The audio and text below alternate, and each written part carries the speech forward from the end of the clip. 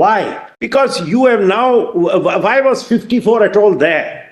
54 was put in there because it was a divide. Should we take minerals and put it in the union list? They said no. Even today, atomic minerals are still in this. So the ownership must remain with the states. The ownership remains with the states. And for the bulk, the ownership is with the state. Only few, in one or two states where the land reform laws were not brought, the ownership remains. That Jacob's case analyzes it very well. So we now created a very strange legal architecture, which is a complete departure from the general pattern of land law. We decoupled mineral rights from land. That's peculiar to us. Well, that's where Murthy got it completely wrong, which says land includes mineral rights. No use saying that. In India, it doesn't. And you can't use it as a measure. And that's a separate chapter I'll deal with. So, when 35 Act, and by the time 35 Act came, because I was checking, devolution rules didn't have something like tax on mineral rights. This came in 35. By 35, and Jacob analyzes this, when the British government started giving those zamindari rights, many times the British government excised out minerals. Why? Because war effort. They needed iron, copper, and most of all, they needed coal. Coal was the most precious at that time, in 30s, the most precious natural resource. So, in 35 itself, they gave it to the federal system, that if you make this law, then your taxing power must comport to any law on mineral development, must not dilute or conflict with the law relating to mineral development. And when we have an all-encompassing law of mineral development, and I'll quickly now, your Lordship has seen all the sections, give the headings of all the sections. When you have an all-encompassing law of mineral development, to allow a handful of states who have the resources to upset fiscal burdens by taxing those mineral rights clearly drives coach and four through the law on mineral development. Because we must always remember the old adage, the power to tax is the power to destroy. If you have the power to tax, you can tax as much as you need. It's not a quantitative restriction, it's a qualitative restriction. So, it is my case, and I have to make that good, that entry 54 and the declaration and the provisions of the MMDR as we find them have been held to displace, although in theory it is to the extent, but the way we analyze MMDR Act, there's nothing left for the states on the ground. They may in theory have something available, but if we analyze the provisions of what actually the MMDR occupies, nothing remains. Why? Because in my respectful submission, the MMDR defines the minerals to which it applies.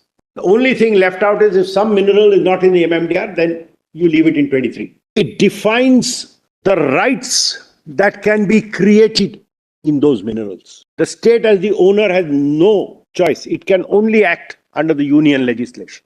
It can only grant prospecting licenses and leases in Form K and nothing else. So it defines exhaustively the rights that can be created. It defines exhaustively the terms and conditions on which those rights can be created and subjected to. The state or any owner for that. But let's focus on whether the state is the owner. It cannot add one more condition or remove one condition. From the conditions added in the law and in the rules and in the forms, the state cannot say, but I want to protect myself and I add one more condition. It defines the fiscal exactions, and I'm deliberately using Malad colorist language.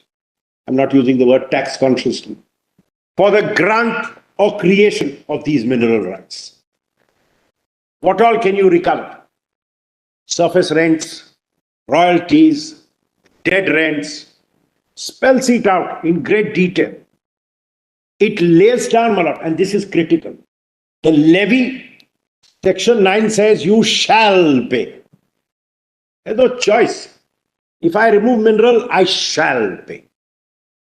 It's almost like read like a charging section in a taxing law. So it creates a complete mechanism for the levy, the collection, the recovery, and the penal sanction. In a better manner. Yes. What we have understood is the only role state has to play is to enter into a lease deed.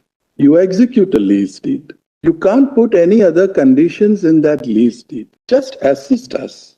According to you, this act is everything because it is for the development and regulation of the minerals which are being extracted and not so far as minerals by itself is concerned. Yes, not mines. Tell us one thing. Keep section 9 in mind. Yes. It provides for collection of royalty. If state has only to execute the lease deed and do nothing, who will collect the royalty? And if somebody has to collect the royalty, that amount will go to whom? Yes. Can I just clarify on that, my lord, because that's the root question, possibly, my lord, troubling everyone, that state Therefore, would not get anything. So therefore, understood like this, that the royalty is also to be collected by state government, but it has to be paid to the union? No. It goes to the state only. The only thing with that happens under this act is the fixation of the amount. Why are we going to all other issues? Your argument seems to be Yes. that by virtue of subclause 3 of section 9, it is only the central government by notification amend the second schedule. Correct. Therefore, the pricing will be in accordance with the second That's the heart of the matter. Correct. so as to enhance or to reduce the rate at which it shall be payable. Therefore, the argument could be state cannot recover anything by way of royalty other than the price fixed in the second schedule. Yes, and there is a reason why. There is a structure, as the learned counsel has pointed out. Lord, it is pointed out, and I will give facts and figures. Lord, every state has a different mineral resources. Some states are mineral rich, some are completely having no minerals. Lord, if it is left to the state government, there might be inequality or non-uniformity in the prices.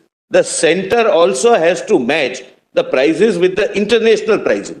And this exercise of royalty fixation is undertaken, and I have reports I'll show. That's very important. In consultation with the state governments. Each state comes and say that we have this mineral, we have this problem, we need this revenue, so fix it like this. And whatever is fixed Mr. Mehta, goes, I'm sorry. Mr. Mehta, then it is whose case that the royalty which is being recovered by state is not in accordance with the second schedule? No. I'm sorry. No, the point is different, my lord. May I continue my answer to my lord? I'm grateful to my friend for his intervention, because this is the heart of the matter. It's not just royalty, there are one or two others, but royalty is 9 points. What am I endeavoring to show? I'm endeavoring to show that these are limitations on a taxing power of the state. The state acts not qua state, not qua owner. The state is acting as a delegate under parliamentary legislation, collecting the royalty and keeping, and then taking the royalty. But that is also under a law made by Parliament. Parliament has stitched up, as the law stands today, pretty much the entire area of the operation of mineral rights, including the fiscal burden, and I'm deliberately using my lord colorless language, the fiscal burdens to be placed. And as my lord was pleased to point out 9.3, and the solicitor very helpfully intervened to say, there is a whole exercise done at the time of 9.3 to match competing interests. The interests of the state in resources, and by definition, interests of some of the states in resources. But not all the states have this resource. And international pricing. Mr. Salve, now just to go back, you had told us that when we broke a link, the MMDR defines 1, minerals to which it applies, 2, the rights that can be created in those minerals, 3, the terms and conditions on which those rights can be created and subjected to, 4, the fiscal exactions for the grant or creation of the mineral rights, and 5, the levy, collection, recovery, and penal sanctions. Yes. That concludes this part, or there's something more that you have? I was therefore responding to what my lord asked. Apart from this 5? No, these are the 5 points. That's all. No, Yes. that's the 11. Because if this is... So we have not missed any. No. So that concludes this enumeration. This- That's why I just wanted to make sure that we have not missed something. But I will, if I had been in slightly better health, I would have given my lord a written piece of paper today. That's all. Right. I've had many of these things, we develop as we sort of Also, have my the lord, dialogue. I must say, the advantage of not having too much in writing is, as your lordships asked questions, a lot has changed in the last 2 days in the way I have formulated my thoughts. And these are last evening, today morning thoughts. Because as your lordships ask questions, we also sharpen our focus. If I'm right, and I'll quickly give a list of the sections, because your lordships have read them in detail, so that the point is complete. But if I'm right on this, then I submit I have met the threshold of the entry. It's not a high threshold, I submit, of any limitations, not a specific targeted limitation on tax, of any limitations created by a law relating to mineral development. Because if it becomes incompatible, as my Lord Justice Pardiwala was pleased to ask, 9 says you shall collect, this is the rate at which you shall collect. You don't get to fix the rate. And the union also will fix the rate in consultation with you, but once in 3 years, and not more than that. Now, why? Because you have federalized this. My Lord, there are states which don't have mineral resources, but which may be close to a port. You want to manufacture heavy metals, you want to manufacture certain chemicals which are close to a port. You need minerals for that purpose. But you don't have those minerals. Now, if the state from where the minerals emanate upsets the fiscal apple cart by loading taxes, you're distorting the whole endeavor by Parliament to try and federalize the distribution, and I use distribution in the larger sense, of mineral resources amongst those who utilize it best.